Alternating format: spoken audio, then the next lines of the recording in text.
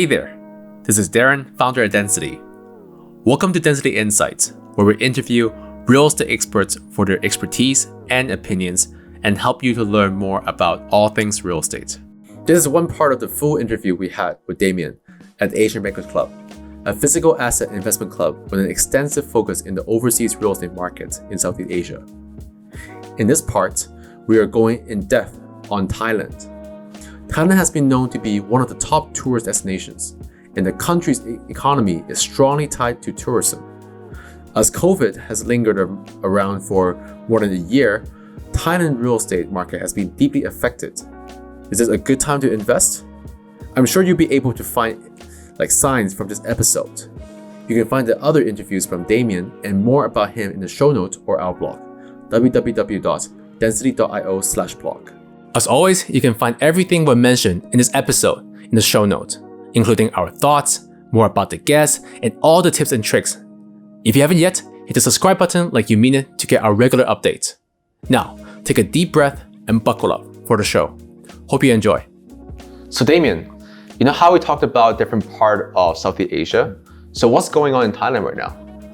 Well, Thailand, because of COVID, the tourist market, it died. So the rental actually, it's been affected. You don't have a lot of people coming in. So the rental market's down. People can't travel there to buy properties. So the property market is a little bit down.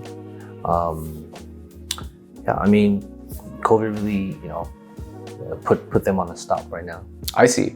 And then is it for Thailand real estate market, right? For people who want to invest in Thailand, what are a couple key points that they should know that why they should invest or not invest? For Thailand market, for Hong Kong buyers, usually they look for their second home. They wanna, if they have to move out of Hong Kong, they look for Thailand.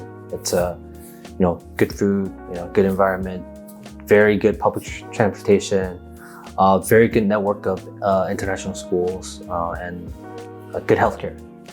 And it's easy to get retirement visa in Thailand. I see.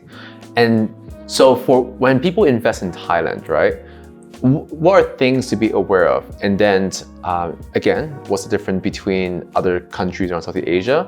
And is there a different way to look at evaluate a project in Thailand compared to other countries?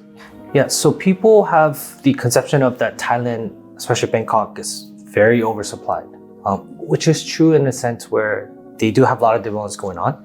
But if a good project near a BTS or the MRT, near a very good public transportation area, project gets sold out. We had a project back in Q4 of 2020, right next to BTS, about 200 meters away.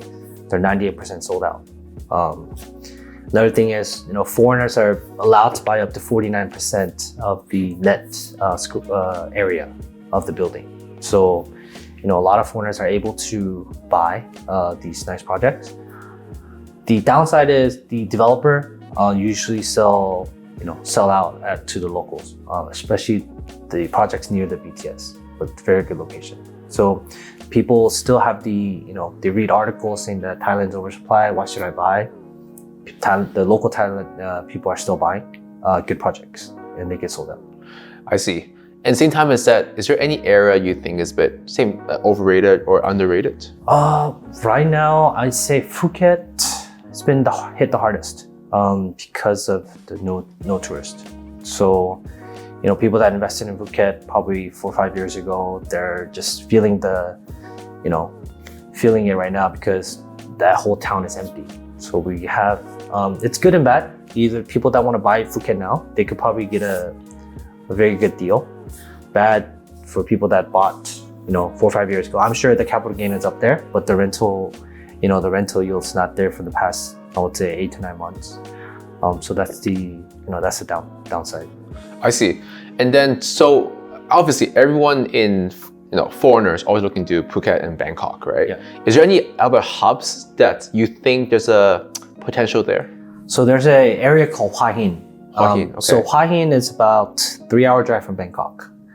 That area is very known for a weekend getaway for the rich Bangkok local Thai people. So the foreigners, they go to Pattaya or they go to Phuket.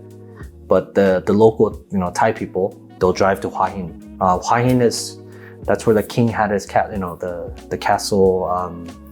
Very nice beach, very relaxing, nice golf course. Even a lot of the Koreans are actually, before COVID, they were actually flying to Hua Hin because they were going to Hua Hin. They can't fly directly. They have to go to Bangkok and take a 3-hour car ride. But they're looking into Hua Hin as one of the probably next Phuket. And that's our next retreat together, right? If we can go. We can go, we have some cocktail on the beach and everything. Of course, yeah. The project that we sold was maybe 200 something meters from the beach. Really? Yeah. Oh, okay. We actually did a virtual tour. Where's my invite? After COVID. After COVID. So add on to the answer you have just now, right? Which is obviously it's good to know about what things are going on, and unfortunately the market's going down. But then however, from a different point of view, do you think now is a good time to really consider? Because now everything's going down and obviously there might be distressed assets to look into, right? Yeah, so people look for distressed assets. A lot of developers are probably putting a lot of development on hold. They're not launching projects. Some developers are very aggressive, they're pushing, but they've done so well. Project sold out. They have another project that's nearly sold out. So it all depends.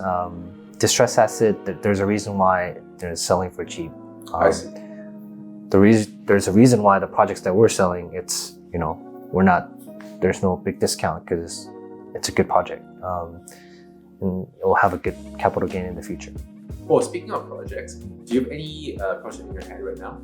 For Thailand, we just, the one that we had last quarter, that one's nearly sold out. We do have other projects that's off plan. Yeah. Okay.